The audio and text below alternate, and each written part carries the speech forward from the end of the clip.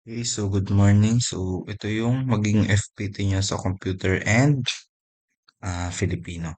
So dapat meron kayong login form. So after mag-login, so pag sinabing admin, tapos password, yung password. Pag nilogin, dapat madiretso sila dito sa homepage. So ito yung homepage. So nandito yung home. And then yung mga group members name. So example, Elmar yung group number 1. Ay, member number 1 is group member number 2. So after mag-click nito, dapat nakikita mo dito yung mga ah, video nung tao na yon, kung sino man yung clinic mo na yun. Example, si Elmar. Pag clinic mo dito, at nandito yung video niya about sa monologue. Okay? So about dun sa Filipino. Okay? So that pag log out din, babalik lang din dito. So dapat hindi makapag-log in yan kapag mali yung email and password. Okay? So para magawa yan, so punta lang tayo sa desktop or kahit saan man gusto nyong gumawa ng folder. So gawa lang kayo ng folder, new, and then so ulitin natin sa paggawa ng folder ha. Right click and then new, tapos folder. Okay, so pili lang kayo, gawa lang kayo, sabihin natin FPT grade 9. Okay, so kapag meron na kayo, so punta kayo ng Visual Studio Code and then open folder nyo lang. So open folder nyo lang. Hanapin nyo yung bagong gawa nyo folder. So example FPT grade 9. Okay, so select folder. Okay, so pag meron na kayo, so nandito na kayo sa folder niya. So gawa lang kayo ng HTML. So marami tayo na kailangan.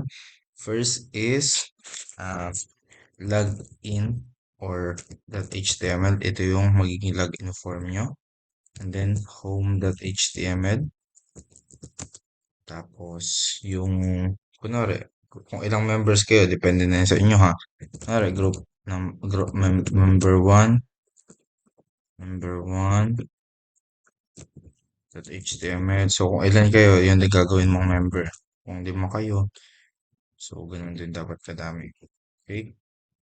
Okay, member 3. So, hanggang kung ilan kayo. Okay? So, yan na lang muna. And then, after nyan, gawa tayo ng CSS file niya. So, sabihin natin, logindesign.css and then home design.css. So, alam natin na itong CSS nito is for login form. Tapos ito naman sa mga home design niya. And then after maka-create tayo, gawa din tayo ng isang JS file for login. Login.js.js. Okay? Login.js.js. So kapag meron na tayo nito, okay? So punta na tayo ng login.html. Okay? So first na gawin is exclamation point. Punta tayo ng login.html ha. Then exclamation point and then enter. So kapag nandito na, first na gagawin natin, link lang natin si HTML sa CSS. So para malink yun, so link and then href. So palitan natin yung anong design to, logindesign.css. Okay. So kapag na-connect na natin yung HTML sa CSS, okay, so connect naman natin yung JavaScript niya. So for JavaScript, script tag lang, script src, tapos yung file name din ng JS niya. Okay, so kapag na-link na natin yung dalawa, dito na tayo mag-start mag-design or gumawa ng website.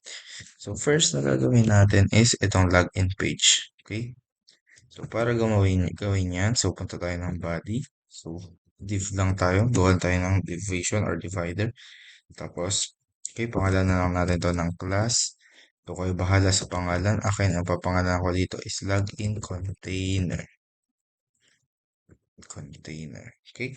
So, kapag meron na, first na gagawin natin is itong title or the heading. So, for that, gagamit ako ng h2. Okay? So, login. For login. Okay? And then, next is, gagamit naman tayo ng input type na text dito, text box dito for dito, and then password naman for dito. Okay, so para magawa yun, so gumamit lang tayo ng form tag. Okay, form tag. Okay, so delete nyo lang yung action. So dito na tayo. So kapag may form tag ka na, so pangalan naman lang ulit yan. So kukunin natin to ha. Tandaan nyo lang pangalan natin to. Login form. Okay, so pinangalan lang natin. So after nyan, so after ng pangalanan, gawa tayo ng input tag for text box. Okay, so hanapin nyo dito, input text. Okay, so input. So gumamit tayo ng input box na text box. So tingnan nyo natin kung anong meron dyan. So kapag tinignan natin, hanapin natin yung file natin. Grade 9. Ay, FPT. Okay. So, nasa login tayo. Okay. So, gumamit tayo ng the input text box and input field na text box. So, para gumawa ng for username. Okay. So, ngayon meron tayong okay. So, delete lang natin yung name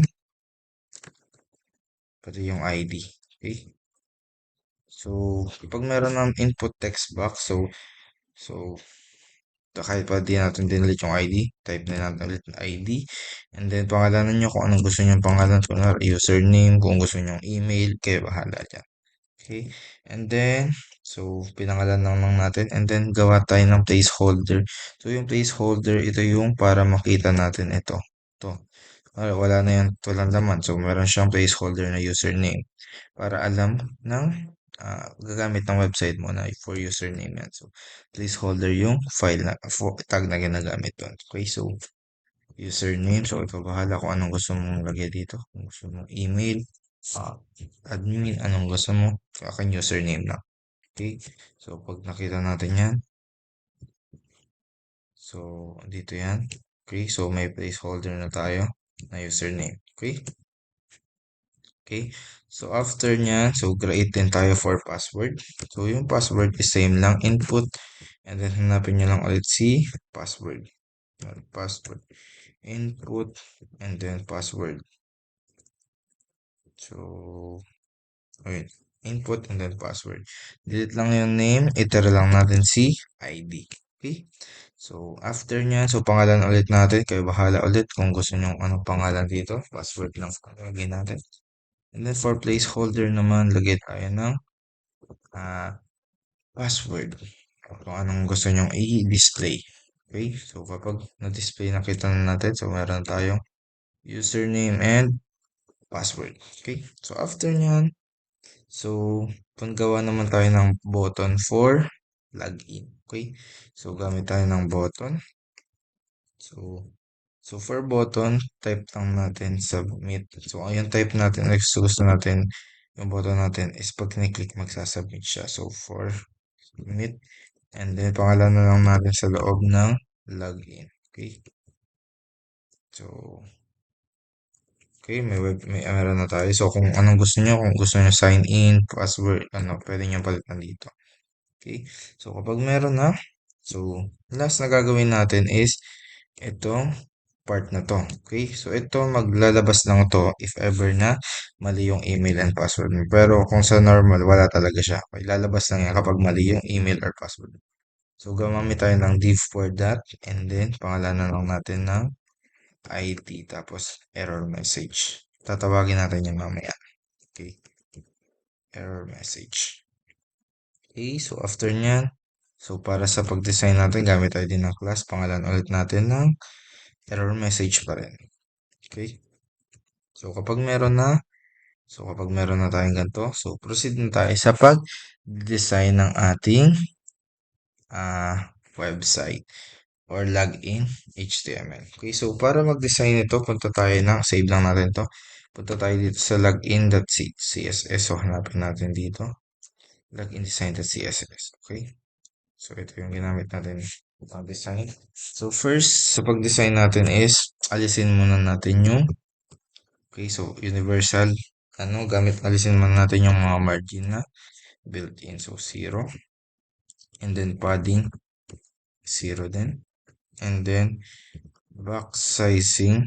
So, gumamit tayo ng border box lang. Okay? So, kapag meron na tayong ganyan, next is, okay, so wala naman masyadong mangyayari dyan. Ang mangyayari lang yan is mawala yung margin nito. So, didikit yan. Okay, so dumikit siya. Inless natin yung margin para dumikit siya. Okay? Next is for body tag naman. Okay. For body tag, so gagamit tayo ng ah, background color. So, kung yung color kayo, bahala kung anong gusto nyo. So, yung akin is F0, F2, F5. So, yun yung gagamitin natin. So, white lang din yan. So, next is gumamit tayo ng font family na so kayo bahala kung anong gusto nyo. So, Arial lang ang gusto ko. Okay, Arial. Next is so align items. So, gamitin natin yung center. Okay, so para lahat ng ano is mapupunta sa gitna. Okay. So, hindi pa yan masyado mamaya pa. Ang gusto na bago ba natin is yung background. Okay. So, mamaya pa yan. So, next is so display. Iset natin siya into flex. Okay. So, after nyan, so mm, yung height natin, iset natin siya into 100 VH. Okay. Another set of unit to have VH. Parang pixels lang din siya. Next is yung magiging color background font color ng mga text natin. So, gusto natin maging color black. So, kung gusto nyo anong color sa inyo, okay lang din yan. Okay? So, kapag ayos na to, so, okay. So, complete na tayo dito. So, kapag okay na to, so, makikita lang natin, wala pa masyadong pinagbago, ha? Napagitna pa lang to or napababa pa lang to. Okay. Next is, gagawin naman natin is, didesign na naman natin si login container. So, itong part na to yung design natin. Okay. Si login container. So, gagamit tayo ng class na itawagin natin gamit yung pangalan niyan sa class. Okay. So, pag gagamit ng class, tuldok lang login container. Okay. And then show. Okay. So, pag okay na yan, so magsaset lang tayo ng bahala sa background color. So, kung anong color na gusto nyo. Okay. So, gagamit lang ulit ako ng color white. So, yan. Nagka-background color na siya. Okay. And then, next is, gagamit tayo ng padding. So, for padding, gamit tayo 20 pixels for both lahat ng side. Okay. Ayan, napalaki na ba natin? Kung gusto nyo papalaki, nakadepende yan sa inyo. Okay. Next is, okay, border radius natin. So, reset tayo ng border radius para karoon siya ng parang pabilog na design. Okay. So, meron na siyang edge dito for border radius. Okay. So, after nyan, so, gawa naman tayo ng width niya is gawin natin 300 pixels. Okay. Okay, so para maging ganito lang din siya. Okay. So, ngayon, meron na tayong ganyan. So, next is, gusto natin papuntahin sa gitna. So, gagamit tayo ng text align na center. Okay. So, ayan, pagitna lang natin yung mga text pa. So, mamaya pa natin mapapagitna yung totally lahat yan. Okay. So, after nyan, so, kapag meron tapos na tayo dito, punta naman tayo sa input. Okay. So, ang gusto naman natin design na itong input naman na to. So, para ma-design yung input na yan, so, punta tayo dito. Input. Okay. So, width is 100%. Set lang natin 100%. Okay. So, wala pa masyado. Ayun na, naset na natin. Para hindi na siya kagaya ng kanina. Okay. So, na 100% na siya. Next is, so, padding. Unset lang natin siya into 10 pixels. And then, yung margin. So, tingnan natin kung ano nangyari doon. Okay. So, inad lang natin ng padding. And then, next is margin. So, add lang tayo ng 10 pixels. Tas 0. Okay. Okay, nag-add lang tayo para medyo lumayo-layo.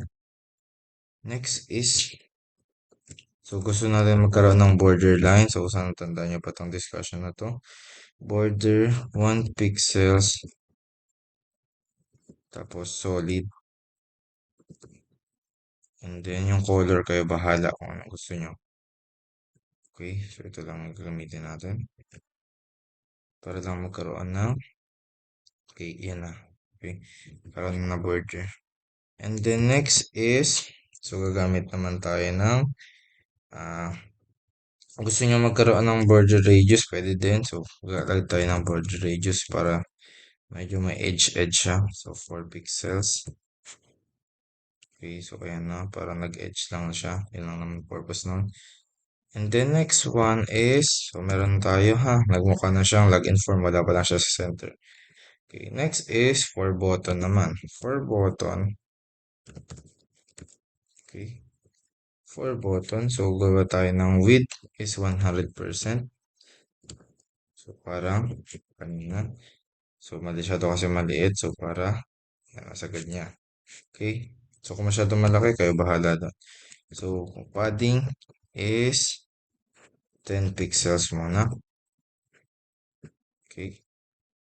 Patakin lang natin ng konti. And then next is background color. Siyempre, palitan natin na kung anong gusto nyong color. So example, color green. So set na lang kayo or pili na lang kayo ng color na gusto nyo. So 4C. Okay, so color green. So okay, so may login na tayo. And then yung, syempre yung font color palitan din natin. So para makita din siya masyado. So white tayo. Kami tayo ng white na color. Okay. So ngayon meron na tayong white. Okay.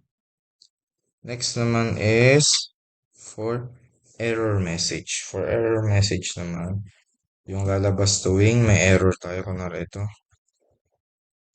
Okay. Okay, ito.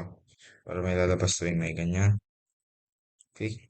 Para magawa yan, so gamit lang tayo ng error message. So mamaya pa ito lalabas sa may code pa tayo dito mamaya gagawin. So color lang gawin natin, color red. Okay. And then margin top, gawin lang natin 10 pixels. Okay, so mamaya pa ilalabas yan. Okay, so kapag tapos na tayo, meron na tayong ganito. Okay.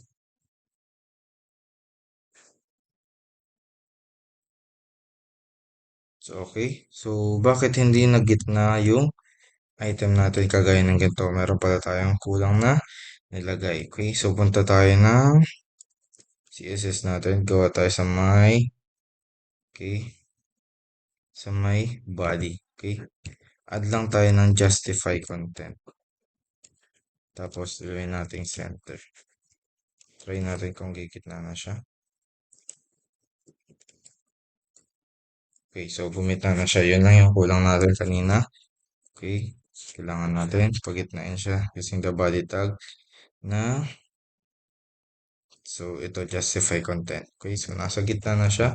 So kayo na bahala kung gusto niyo mag-add pa ng background dito, background color, background image, o kahit ano pa. Okay, background design. So kayo na bahala dyan. So after yun, meron na tayong login button. So kung mapapansin natin, pag nagta-type tayo dito, okay, pag nag-type tayo dito, kahit hindi kompleto, nagwawala yung password. So, kahit ano, kahit walang password, nawawala yung email. So, makikita nyo, nawawala kahit na parang ano. So, para, ah, ang gagawin natin dito is dapat yung password hindi null, hindi yung username, hindi rin null, or wala, dapat laging may laman. So, pag ganito, nawawala, nagsasubmit siya, ibig sabihin, kaya siya nawawala. So, para mangyari yan, para magawa yan, so, gumamit lang tayo ng required tag dito. Okay, so dito sa may input natin, sa may username, add tayo ng required. So, para alam niya na required yan, hindi na pwedeng walang laman. Okay, so para next time na so wait lang. So para next time na mag-add tayo tapos walang password, meron na siyang indication na lalabas dito. Example naman dito, So, ibig sabihin, bawal siya mag-submit ng walang laman yung isa or yung password or username. Okay? So, tapos na tayo dyan. Punta naman tayo sa my homepage natin. So, okay. Ito naman yung gagawin natin. Ha? Okay. So, example. Ito naman yung gagawin natin. So, after makapag-login, after mapindot yung login, so wala pa tong code, so mamaya pa to. After ma-login, yun dapat yung ito dapat yung makita natin. So, ito yung gagawin naman natin ngayon. Para magawa naman to, punta naman ulit tayo sa my home.html natin. Okay, punta tayo ng home.html. Okay, so para gawa lang tayo dyan ng exclamation point. Okay, so after nyan, so dating ginawa natin kanina. So sa may head tag, i-link lang natin yung CSS natin. So yung CSS natin, itong gagamitin natin ha. Homedesign.css. Okay. So homedesign.css. Okay, so save natin. So wala na tayong JS dito, walang JavaScript kasi wala naman tayong process na gagawin dito. Or wala tayong masyadong programming na gagawin dito. So design lang dito, priority. So first is gawa muna tayo ng navigation for this part. Okay. So para magawa yon, so may body tag tayo. Nav. And then, so pangalan lang natin yung nav natin lang. So kayo bahala sa pangalan. So akin is navbar lang. Okay. So after nyan, so gawa tayo ng mga clickable na link. So gamit tayo ng ng anchor tag for this. Okay, so type nyo lang A. So okay, so automatic na yan maglalabas. And then lagyan nyo lang dito sa gitna kung anong gusto nyo maging pangalan. So punta na tayo sa ating, hanapin natin yung file natin. Okay, fpt grade 9. So nasa yung home. Ito. Okay. So ito, meron tayong home. So add tayo ng marami pa. So depende yan sa kung ilang members kayo. So add tayo ng marami. At may logout din button kayo ha. So example, H4 member 1 or Elmar example. Then A tag ulit 4 member 1. Tapos A tag ulit 4 member 2. So hanggang ilan kayo. Kung ilan kayong members, yun din yung dami nito. Okay. Member 2. Okay, so example naman member 3, 8 for member 3. Okay, so kung ilan kayo, kayo na bahala dyan. Add na lang kayo ng add. Basta ang pinakahalaga dapat merong logout na button. Okay, so for logout button. So after nyan, so meron tayong A tag, meron na tayong header part or navigational part. So ngayon, ito naman yung gagawin natin. So for this, so gumamit tayo ng div na tag. Div tag. Okay. So first is gawa tayo for title. So ito pwede natin gamitin H2 for this. H2. Okay. H2 for monologue. Okay. Presentation. Okay. Presentation. Okay. So meron tayo. So another is, so tingnan natin. Okay, meron tayong mga links. So ito kung ilang members kayo. So ito na yung title natin. Okay. After nyan, so pag may title na tayo, siyempre add naman natin yung video natin. So for that, gawa tayo ng video tag. Okay. So para magawa yan, so enter lang natin. So type lang natin video and then delete natin yung src. Okay. Video and then control. Okay. Controls. Tapos adjust na lang natin yung width niya. Okay. So kahit mamaya na pa ito, okay lang din. Okay. 600. And then after nyan, okay, so src for source. So, okay, source src. Okay, so yung source dapat, kung nasan yung folder nyo, kunwari ito yung folder ko, dapat nandito na yung video nyo. So, for example, um, so kuha akong video ha. Kuha lang ako video sa ibang, example, ito, may dalawa akong video. Example, yun yung video nyo. So, lagyan natin dito. dapat magkasama yung mga folder niya sa iisang file. Okay? Yung video, yung mga yung mga HTML at mga JavaScript niya. Dapat magkakasama sa iisang file. So, okay? So, after niyan, so doon sa source, palit sa na yan. Okay? Si source, so ito sa SRC, so lagyan lang natin dito yung file name. So, example, video.mp4. Okay, yun. And then, for type, so, para mabasa ng website natin or HTML natin na kung anong type natin MP4 or video. Okay? Para alam niya kung ano yung babasahin niya ah, website or video. Okay? So, ito na yan. So, meron na siya. Okay, so ayan na. Example kayo yan. Nagmamonolog kayo. Okay? So, after niyan, so kapag meron na tayong video, so, ano naman tayong description for your video. So, example, ito. Ito. Enjoy your watching or kung meron man ditong gustong i-add, example, may description about dito sa monologue mo. Kung sino to, pwede malagay dito. Okay? So, about description. So, pwede kang gumamit ng p-tag for that. So, example, enjoy watching. So, pwede lang natin to. Enjoy watching. Okay? So, kaya bahala kung ano gusto nyo ilagay dyan. So, after yan, so, meron na tayong structure. So, kapag meron tayong structure, ayan na yan.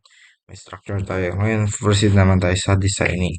So, for designing naman, punta tayo ng homedesign.css para ma-design na natin yan. Okay, so nandito na tayo sa may CSS file natin. So, first, para ma-design natin to, so, ayun mo natin yung for overall. So, alisin muna natin yung margin. So, gawin natin 0. And then, padding, gawin natin 0 din. And then, yung font family, adjust natin sa depende kung anong gusto nyo trip nyo font family na gagamitin nyo. Okay? So, ang mangyayari lang naman yan is sasagad lang yan kagaya ng ganito. Bago yung font family. Okay? Next is sa body tag naman tayo mag-edit muna. Okay? For body tag, tayo ng background color. Depende na lang sa gusto nyo. So, ang gagamitin ko is pa-white. F5. Okay, F5, F5. Okay. So, hindi siya white. So, white naman siya pero papuntang white lang. Hindi yung color niya. Parang wala lang pinagbago. Next is yung font color gusto natin. Halos lahat ng color is black. Okay, color black. And then, gamit tayo ng display. Okay, so flex ulit. Kagaya ng ginawa natin kanina. Next is flex direction naman. Gamit tayo ng column. So, alignment. Align items. Gawin natin center. Okay, so tingnan natin. Pinacenter niya lang yan. Ganyan lang ginawa niya. Okay? So, after nyan, punta na tayo ng so, ang didesign na naman natin ngayon is itong mga clickable na links na to. So, okay. So, tandaan natin, ang ginamit natin dito is yung class na navbar. So, meron tayong class na navbar for this. Kaya gagamit tayo ng dot for pangtawag ng class name. So, kunwari navbar. Okay. So, dyan. So, gamit tayo ng width is equals to 100%. Okay. Para masagad niya lang yan. Yan. Mamaya na, babago din pa rin naman yan. With 100% and then, so background color, kung gusto niyo magkaroon ng background color yan. Okay, is color black lang. Okay. Okay, so meron na siyang background color. And then, next is, so margin. 0 and then 15 pixels. 0 for top and bottom, tas 15 pixels sa left and right. Wala masyadong nagbago yan. Next is, so palit naman natin ng for padding. Okay, so padding naman into 10 pixels to 0. Okay. Okay, so wala pa rin. So, ang nangyari lang is nagkaroon ng add ng space sa taas and then sa baba. Okay, so after nyan, so tayo sa list display. Okay, gawin natin siyang flex. Okay, kaya wala pa rin siya. Okay, next is justify content. Papunta natin sa gitna. Just content into center. Okay. Yun na, napagitna na natin siya. Pero dikit-dikit pa rin siya. So, mamaya natin ayusin yan pa isa-isa. Okay. Next is, gusto natin mawala yung mga lines. So, this style tag. This style type to none. Okay. Okay, so mamaya, this style stop. Okay, so after nyan, ang gusto naman natin designan is yung anchor tag na. So, for that, so, yung mga anchor tag dito ha. Ito, yung mga A. Yung mga A naman yung gusto natin designan. So, okay. Or yung mga, ito, home, Elmar, member 1. Yan naman yung gusto natin designan. For that, gawa tayo ng then, first, navbar A. Okay, navbar A. Para mabasa niya na, yung nasa navbar na A yung de-design na natin. Okay. So, after nyan, so, create tayo ng color. So, kayo bahala. So, since hindi nakikita yung color na nilagay natin kanina, so, palitan natin ng color yan. Into white. Okay. For kung anong color na prepared nyo. Okay. So, ngayon meron na siyang color white. Next naman is gusto natin siya paghiwa-hiwalayin using padding tag. Padding natin 20 pixels. So, para maghiwa-hiwalay lang siya. Okay, so, okay. Paghiwa-hiwalay natin siya. And then next one is, so, gumamit tayo ng, gawin natin fold siya. Okay. So masyadong malaki ba? So, pwede natin bawasan to if ever na gusto mo, ha? So, pwede natin gawing, bawasan natin masyadong malaki. 8 pixels to 16 pixels, ano? Tingnan natin kung pwede. Okay, so pwede na siya. So, after nyan, so, add naman tayo ng gawin nating fold siya. So, font weight to bold. Okay. Okay, nakabold lang ng konti. Tapos, alisin natin yung underline niya. So, gumamit tayo ng text decoration into none. Okay. Para magmukha na siyang tot. So, ayun na. Okay. So, meron na tayo. Ayos na yung header natin. So, okay. So, next naman design natin is tapos na tayo, ha? So, meron na tayong nagmukha na siyang website. Okay. So, ang gusto naman natin gawin is yung design naman natin yung video natin. So, para dyan, so, tingnan ulit natin sa homepage. So, anong ginamit natin tag. So, for video is ito, ha? Okay. Video container yung, okay.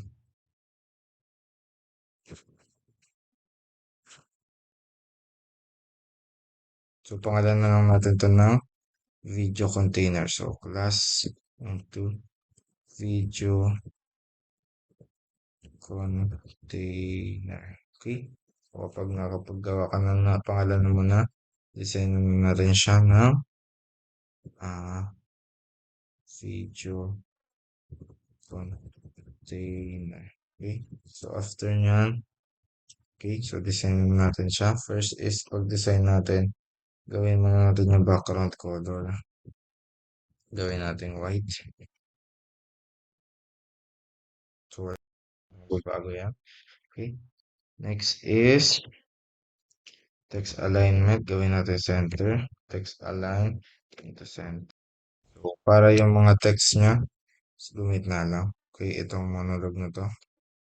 Okay, so, ito na lang siya, pati yung nasa baba. Next is padding. Add natin siya into 22 pixels. Okay, so para lang mag-space ng konti.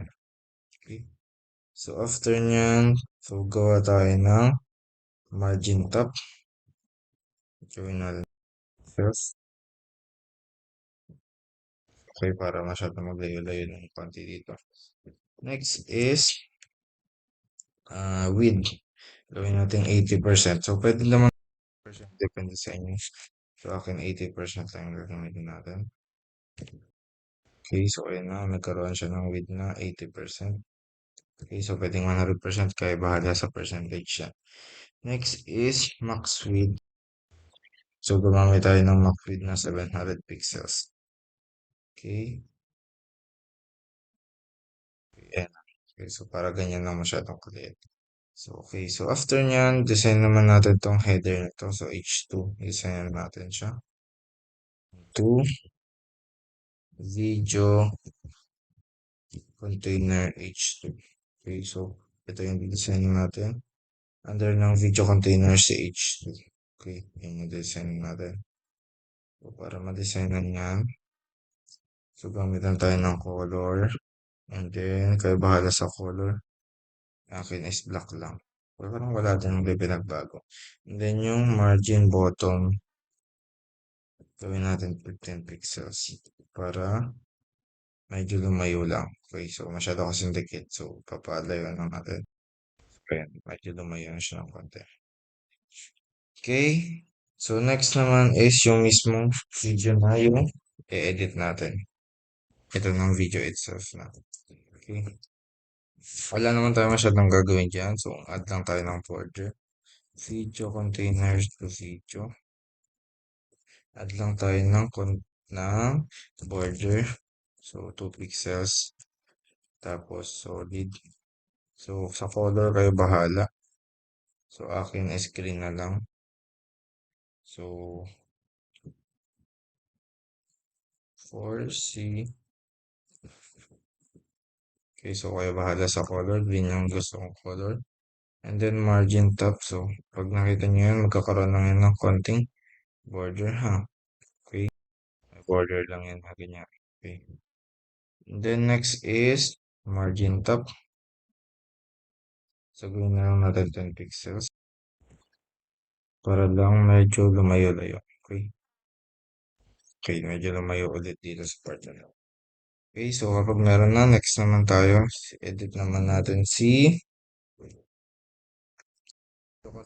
ito naman. So, okay na yan ha. Wala tayong gagawin sa video. Dito nyo nalalagay yung video nyo. Dito naman is ito naman yung edit natin kung meron kayong ganyan. So, video container to be. So, okay. Margin top. Gamit tayo ng 10 pixels. And then font size, kayo na bahala sa color, ay sa laki. Next is color. Ay, bahala ko anong color na gamitin nyo. Okay. So, after nyo, save nyo lang yan. So, ayun na, edit na natin yung baba. So, kayo na bahala dito. Okay? So, after nyan, i-reuse na lang natin to. So, tapos na yung homepage. Okay na yung homepage natin. Ang gusto natin, ang magganto lang din yung mukha or ang mukha lang din ng ganito yung mga ibang pag pinindot natin yung Elmar, yung member 1, dapat maging ganito lang din. So, para magawa yun, copy-paste lang natin to. Okay? Copy-paste lang natin yung home tag. Ito. Home tag. Control A, Control C. Tapos, ito si member 1. Palitan lang natin yan. Same lang na dati. Save. And then si member 2. Copy-paste lang natin. Si member 3. Copy-paste lang natin. And then, lahat ng nandito mong HTML. Kung marami man yan, copy-paste mo na lang. Okay? So, kapag meron na, so ang gusto natin, nangyari, pag kinindot yung ah, Elmar is mapunta siya Elmar na HTML. Okay, so for that, so wala tayong elmar.html. So gawa na tayo. Elmar.html. Just copy paste lang din natin yan. Okay. So palitan na lang natin to ng sample for Elmar Salvador to. Ito na lang palitan natin description. Sample Elmar Salvador. For Elmar Salvador. Tapos, yung member 1 naman, ito naman for member 1.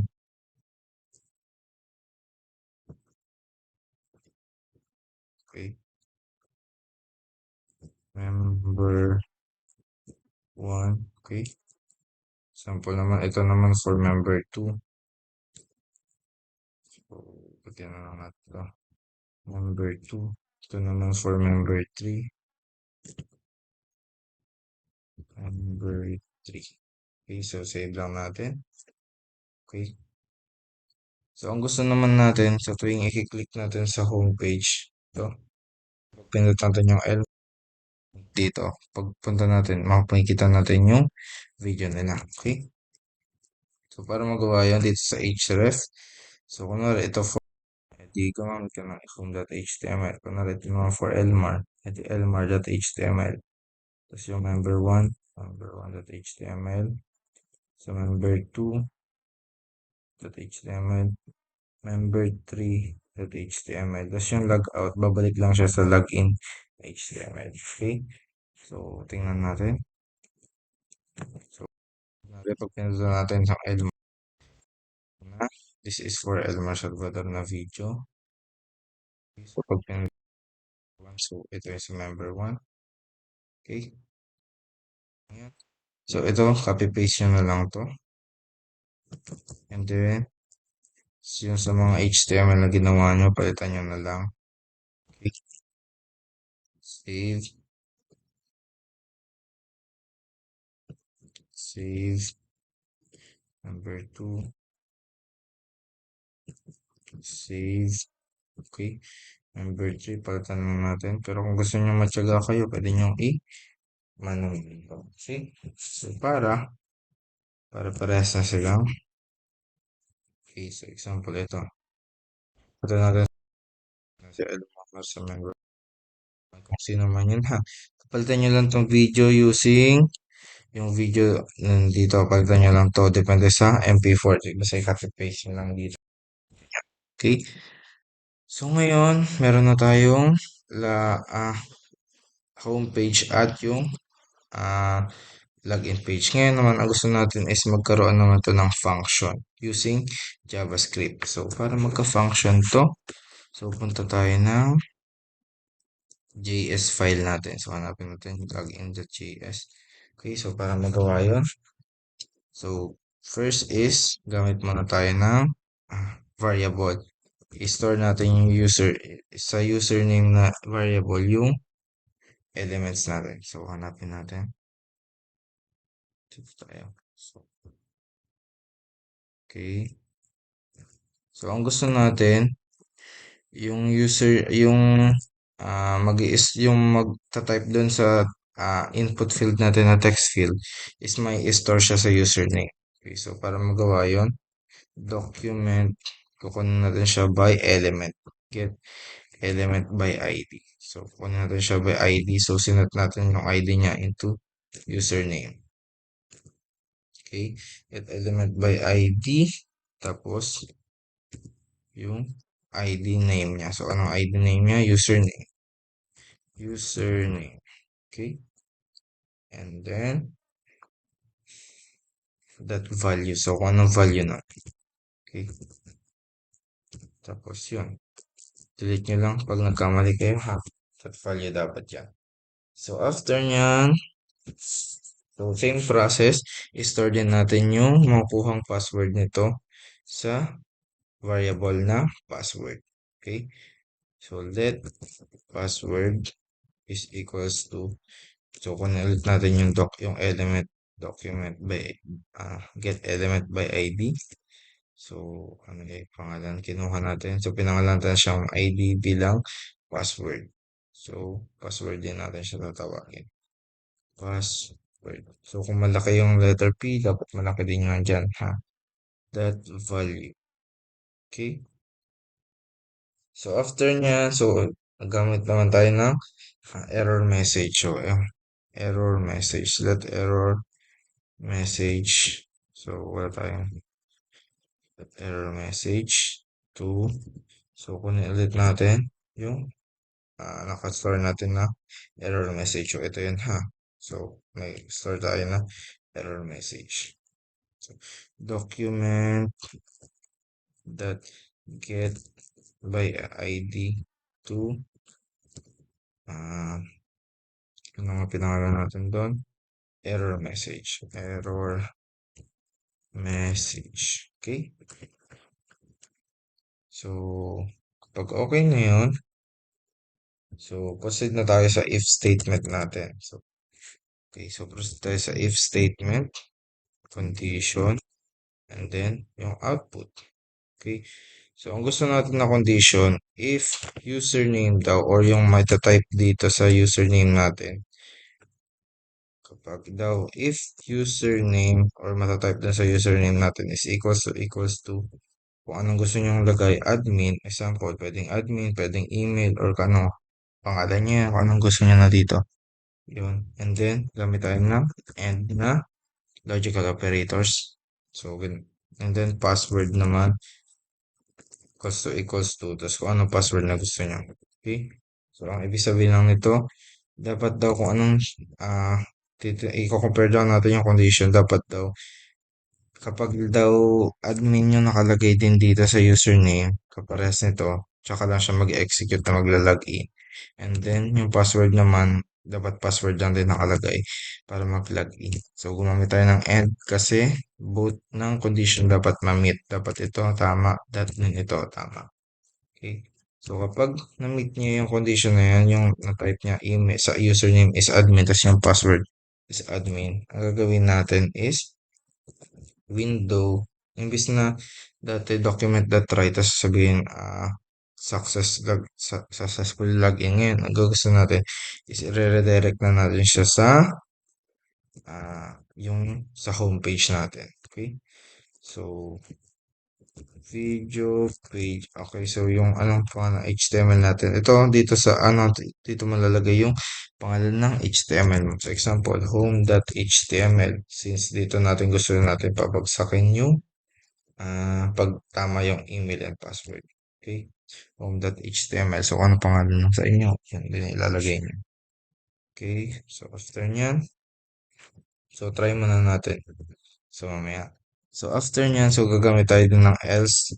So, else statement. So, for else naman, kapag mali, syempre, lalabas yung error message. The text content. So, gusto natin lang lumabas yung incorrect user name or password. Okay? So, okay. Kung gusto nyo pahabain, okay lang din yan. So, okay. So, ngayon, meron na kayong condition na if else. Ang gusto naman natin ngayon is lumabas naman yung pag sa login naman natin. So, pag pinindot yung button na login. So, for that document that get element by ID, kunin natin yung pangalan ng login button natin. So, ito. So, submit. Okay. So, ito login form. So, ito yung kukunin natin ha. Okay, so get by element by ID, login form. Okay, that add event listener. Okay, to submit.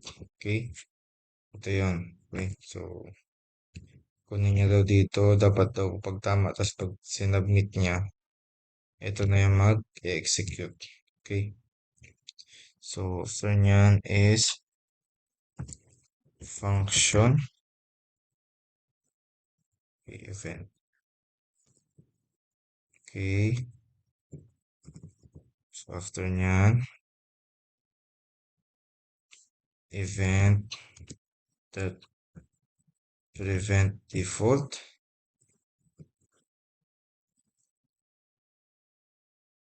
Okay, so okay, itong nasa pinaka-last na to, ilagay lang natin sa pinaka last part.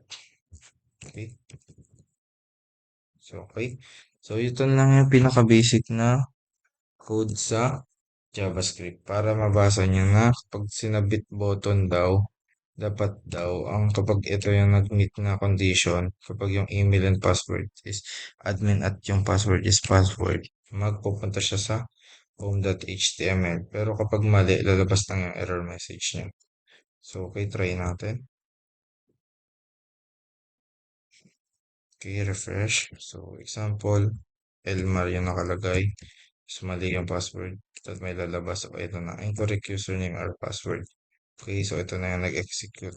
Okay, pero kapag tama, kapag admin and admin, password. Ayan, mapupunta na siya sa homepage na ito. Okay, so, yun lang.